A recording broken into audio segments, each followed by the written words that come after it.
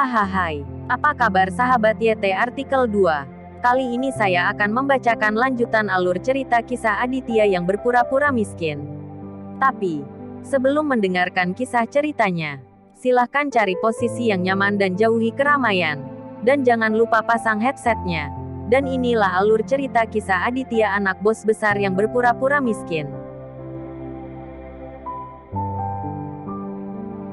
Episode 16. Kisah Aditya anak bos besar yang berpura-pura miskin. Melompati jembatan orang yang datang adalah Dylan. Setelah menerima telepon dari Leo barusan, Dylan tidak bisa duduk diam, dan membawa orang ke sini secepat mungkin. Mampu melakukan sesuatu untuk Aditya adalah sesuatu yang Dylan pikirkan dalam mimpinya. Tuan Aditya, apa yang ingin Anda lakukan dengan pria yang tidak memiliki mata panjang ini? Tangan atau kaki patah? Dylan mengatakan ini dengan sangat jelas, seolah memotong tangan dan kaki orang, seperti makanan biasa. Tapi Gilang takut dan buang air kecil. Dia telah melihat Dylan, dan tahu bahwa Tuan Dylan yang sangat kuat ini jelas tidak menakut-nakutinya. Sekarang, selama Aditya mengucapkan sepatah kata pun, Dylan pasti akan melenyapkannya. Tuan Dylan, tolong selamatkan hidupku. Ini adalah pekerjaan yang aku atur untuk Leo, dan aku dapat menghitungnya sebagai melakukan sesuatu untukmu. Gilang memohon dengan suara gemetar. Tidak ada gunanya memohon padaku. Pergi dan mohonlah pada Tuan Aditya, kata Dylan dingin. Gilang tidak tahu bagaimana mungkin sampah seperti Aditya yang menjadi menantu tidak berguna begitu disukai oleh Dylan. Tetapi fakta ada di depannya. Dan sekarang dia hanya bisa memohon kepada Aditya untuk melepaskannya. Kakak ipar, selamatkan hidupku. Bagaimanapun juga, aku calon sepupu iparmu. Demi istrimu dan Kartika menjadi sepupu, tolong maafkan aku kali ini. Lutut Gilang melunak, dan dia berlutut tegak di depan Aditya. Aku juga tidak mengatakan apa yang harus dilakukan denganmu. Aku yakin aku membuatmu takut. Aditya tersenyum ringan dan menepuk wajah Gilang. Bagaimanapun, Kartika dan Gilang belum resmi putus. Jadi di hadapan istrinya, Aditya tidak berencana untuk membunuh mereka semua. Seolah-olah Gilang diberikan amnesti. Dia berterima kasih kepada Aditya lagi dan lagi. Terima kasih saudara ipar. Saya tidak akan pernah berani memandang rendah orang lain di masa depan. Aditya mengabaikannya. Dan setelah mengobrol dengan Dylan sebentar, lalu meninggalkan tempat itu.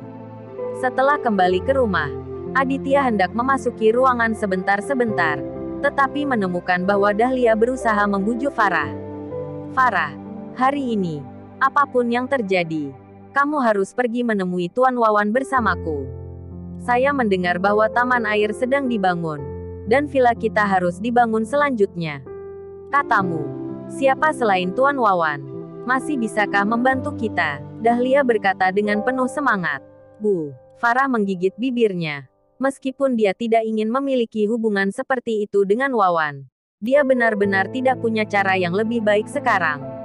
Dengan kesenjangan pendanaan hampir 10 miliar, apakah ada cara lain selain meminta Wawan? Biarkan Aditya pergi bersamanya juga. Dia lebih baik hadir, sehingga Wawan tidak memiliki pikiran yang salah. Farah melirik Aditya yang baru saja kembali, dan berkata kepada Dahlia setelah memikirkannya. Dahlia tertegun sejenak, merasa sangat tidak senang. Biarkan dia pergi, itu pasti tidak akan selesai. Tuan muda Wawan tidak akan senang melihatmu pergi bersamanya. Bu, sudah beres. Kalau tidak aku lebih baik menyerahkan villa. Farah berkata dengan tegas. Oke, biarkan dia pergi juga, kata Dahlia dengan enggan. Mata Aditya berkedip, tetapi dia tidak mengatakan apa-apa. Berbalik dan kembali ke kamar. Namun, dia meluangkan waktu untuk menelepon Victor. Setelah makan siang, Aditya mengemudi dan membawa Farah dan Dahlia ke grup Wawan. Karena Dahlia dan Wawan membuat janji di telepon untuk bertemu di perusahaan ayah Wawan. Wawan tidak bisa mengendalikan masalah sebesar itu. Jadi Dahlia memutuskan untuk berbicara dengan ayah Wawan. Segera, Aditya dan yang lainnya tiba di pintu grup Wawan. Bibi, Farah, kalian ada di sini. Pastilah Wawan sangat energi hari ini dan menunggu di sini lebih awal. Wawan, apakah ayahmu ada di perusahaan? Dahlia tersenyum. Bagaimana cara melihat bagaimana Wawan menyukainya? Ya, Bibi datang ke sini. Wawan sibuk menyanjung di depan Dahlia. Dan dari waktu ke waktu dia melirik tubuh bangga Farah, meneteskan air liur dengan keserakahan.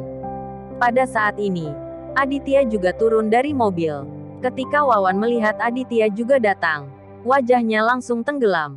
Oh, kamu juga datang. Wawan cemberut dan menatap Aditya.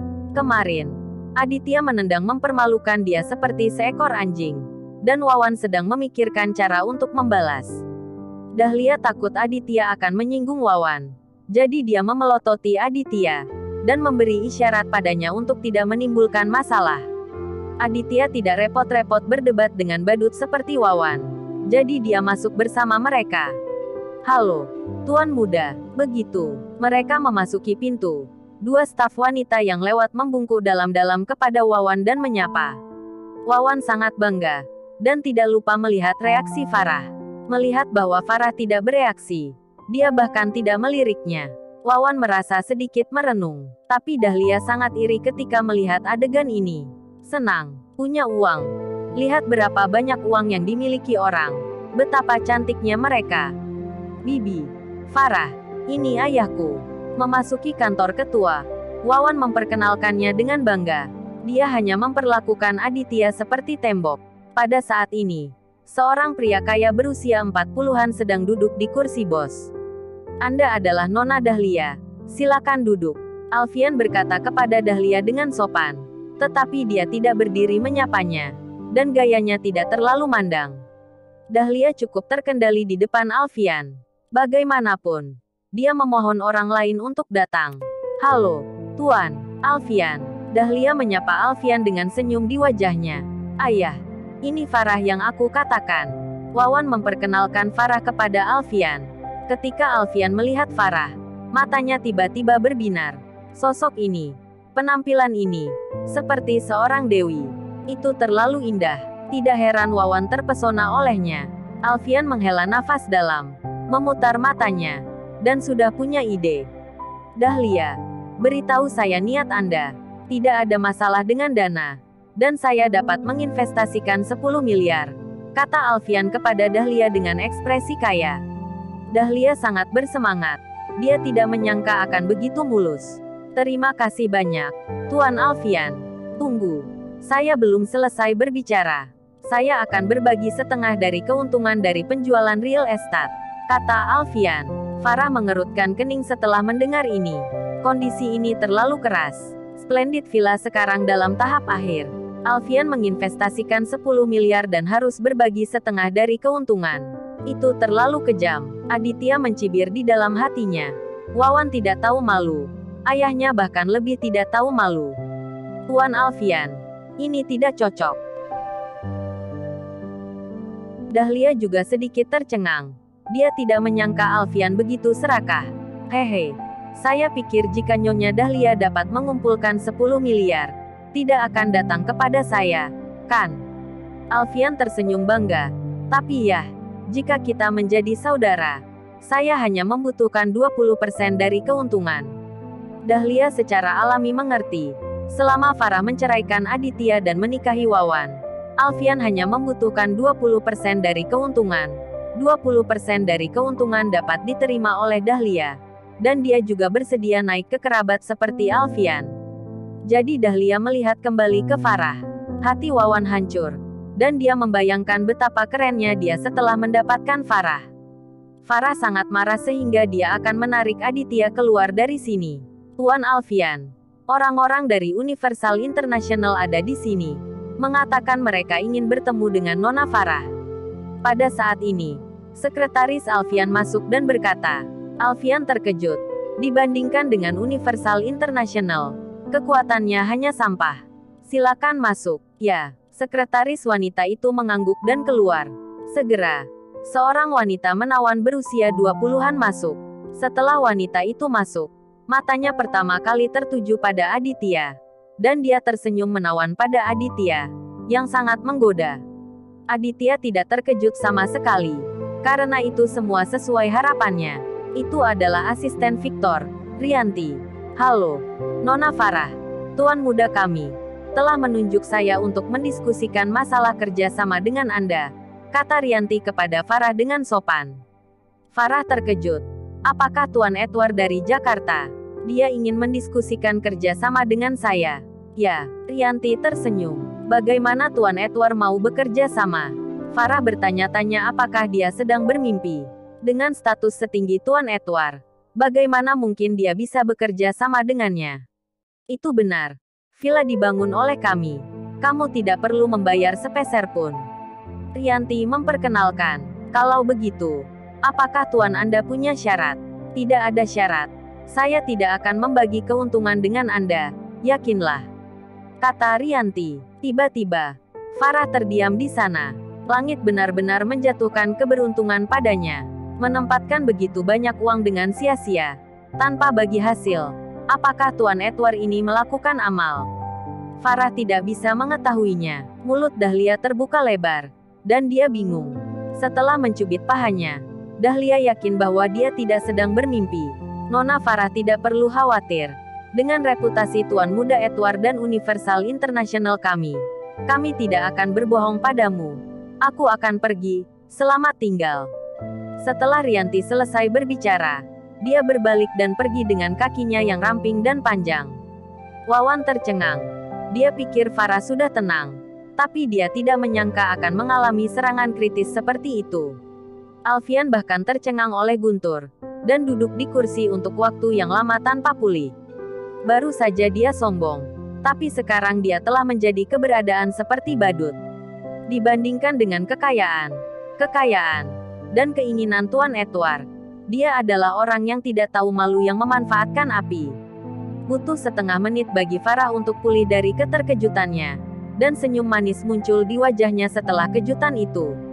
Aditya diam-diam menatap wajahnya yang cantik dan merasa sangat lega.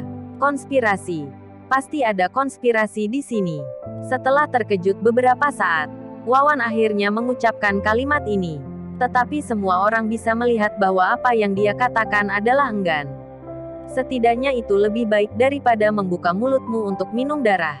Farah memandang Wawan dengan dingin dan berkata, lalu berkata kepada Dahlia, Bu, ayo kembali. Dahlia sudah lama sangat gembira. Tuan Edward sangat murah hati. Hanya Tuhan yang membuka matanya.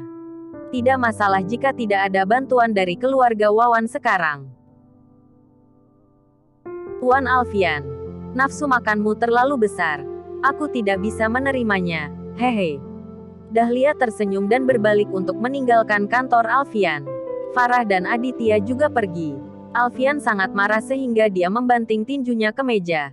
Aku belum mendapatkan keuntungan. Apakah Tuan Edward ini gila? Bukankah itu melawan kita?